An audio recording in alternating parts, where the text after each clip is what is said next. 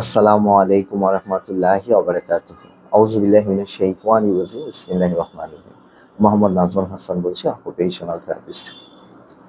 একজন মায়ের প্রশ্ন, আমার শিশু কথা কম বলে, সারাক্ষণই মোবাইল এবং টেলিভিশন দেখে, এখন কি করব? আমার কোশ্চেন এবার শুনেন, আপনার শিশুটি কি ভার্চুয়াল অটিজমের শিকার নয় তো?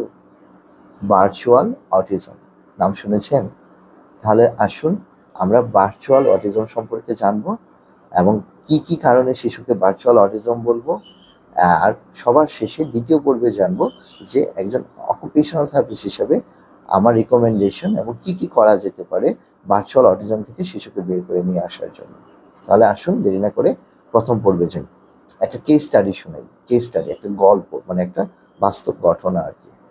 ইলমা, বয়স 2.5 বছর। অনেক কথা স্পষ্ট করে বলার চেষ্টা করে, বিভিন্ন অঙ্গভঙ্গি দিয়ে বোঝায়। 2.5 বছরের একটা শিশু দৌড়াদৌড়ি করে, লাফালাফি করে, চোখে চোখ রেখে অভিনয় করার চেষ্টা করে, কথা বলার চেষ্টা করে।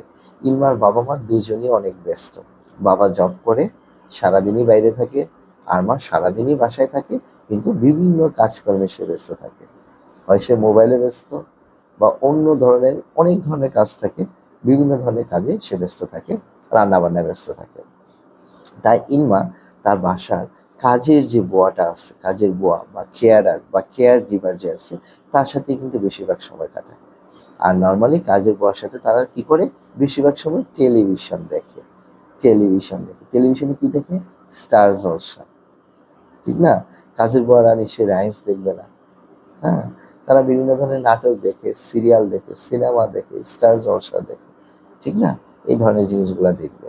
আচ্ছা, তো হঠাৎ করে বাবা মা একদিন এই জিনিসটা নোটিস করলো। তারা তার আত্মীয়র বাসায় বেড়াতে গিয়ে দেখে তার শিশুটা কোনোভাবেই ওই আত্মীয়র বাসায় যে অন্যান্য শিশুরা আসে তাদের সাথে কোনোভাবেই খেলতেছে না, এবং খুবই অস্থিরতা করতেছে। হ্যাঁ, এখানেও থাকবে না, খুব অস্থিরতা করতেছে। ব্যাপারটা কি? হ্যাঁ, মনোযোগও দিচ্ছে না, কথা বললে কথার প্রশ্নের উত্তর দিচ্ছে না। তখনই তাদের কাছে খটকা লাগলো যে এখন কি করা যায়। হ্যাঁ, শিশুটা নিজের জগতেই দেখি বেশি থাকতে পছন্দ করে। কেন এমন হলো? আমাদের শিশুটা তো সব ঠিক ছিল, 2.5 বছর পর্যন্ত সুন্দর ছিল, হঠাৎ করে কেন এমন হয়ে গেল কয়েক মাসের মধ্যে? আচ্ছা, ইনমার মতো এরকম অসংখ্য শিশু আছে যাদের অবস্থা আজকে এমন। বেশিরভাগ শিশু আছে, বেশিরভাগ শিশুর কথা বলতেছি আমি। হ্যাঁ, ভার্চুয়াল অটিজম। সবাই ভার্চুয়াল অটিজম না, অটিজম শব্দটা আলাদা জিনিস, ভার্চুয়াল। আচ্ছা, হুম, ভার্চুয়াল বলি, তাহলে ভার্চুয়াল চাইল্ড বলি। তাহলে হ্যাঁ, অটিজম শুনলে আবার অনেকে ভয় পেয়ে যাবেন। হ্যাঁ, ভার্চুয়াল চাইল্ড, ভার্চুয়াল জগতে বসবাস করা শিশু। জি, অনেক, অসংখ্য। এবার আসেন, কি হয় এই ভার্চুয়াল অটিজম, কিভাবে বুঝবো? প্রথম যে জিনিসটা হলো, সে সামাজিক ভাব আদান প্রদান ক্ষমতা কমে যায়। সামাজিক ভাবে যে ভাবের যে আদান প্রদানটা, যে সোশ্যাল ইন্টারাকশনটা, হ্যাঁ, সোশ্যাল কমিউনিকেশন এন্ড ইন্টারাকশন, এটা অনেক কমে যায় শিশুদের। আচার ব্যবহারে একঘেয়েমি আসে, তার যে বিহেভিয়ার, রিপিটিটিভ বিহেভিয়ার আসে। হ্যাঁ, রিপিটিটিভ বিহেভিয়ার আসে, তার ডিস্ট্রাকটিভ বিহেভিয়ার আসে, অস্থির আচরণ করে, আচার ব্যবহারে খুব একঘেয়েমি আসে। তার সেন্সরি সমস্যা যেগুলো দেখা দেয়, সেন্সরি সমস্যাগুলো দেখা যায়। খুব অস্থিরতা করে, সাউন্ড নিতে পারে না। হ্যাঁ, লাইটের সমস্যা হয়, টাচের সমস্যা হয়, বিভিন্ন ধরনের খুব সমস্যা হয়। ভার্চুয়াল অটিজম সমস্যাগুলো স্বাভাবিক অটিজমের মতোই অনেকটা হয়ে থাকে। হ্যাঁ, তারপরে কিছু কিছু জিনিস, যেমন সবসময় একটা ছটফট একটা ভাব, আই কন্ট্যাক্টটা কম করবে, অন্যের সাথে অন্য বাচ্চাদের সাথে মিশতে যাবে না, কথা কম বলবে, কিন্তু একদম অসামাজিক হয়ে যাবে না। হ্যাঁ, কিছুটা সামাজিকতা থাকবে, কারণ ওর তো নিজের কারণে ওকে সামাজিক হতে হবে, কারণ ও যদি না চায় আপনি তো মোবাইলটা দিবেন না ওরে, ঠিক না?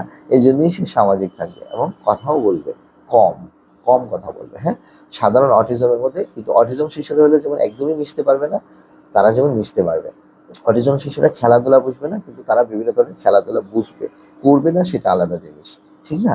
এই ধরনের জিনিসগুলা। আচ্ছা, তো এই জিনিসগুলা যখনই আপনি দেখবেন যে আপনার শিশুর মধ্যে, আপনি ধরে নেবেন আপনার শিশুটা ভার্চুয়াল চাইল্ড বা ভার্চুয়াল অটিজম সমস্যায় ভুগছে। আশা করি বুঝতে পারছেন। সবাই ভালো থাকবেন, সুস্থ থাকবেন। আসসালামু আলাইকুম ওয়া রাহমাতুল্লাহি ওয়া বারাকাতুহু।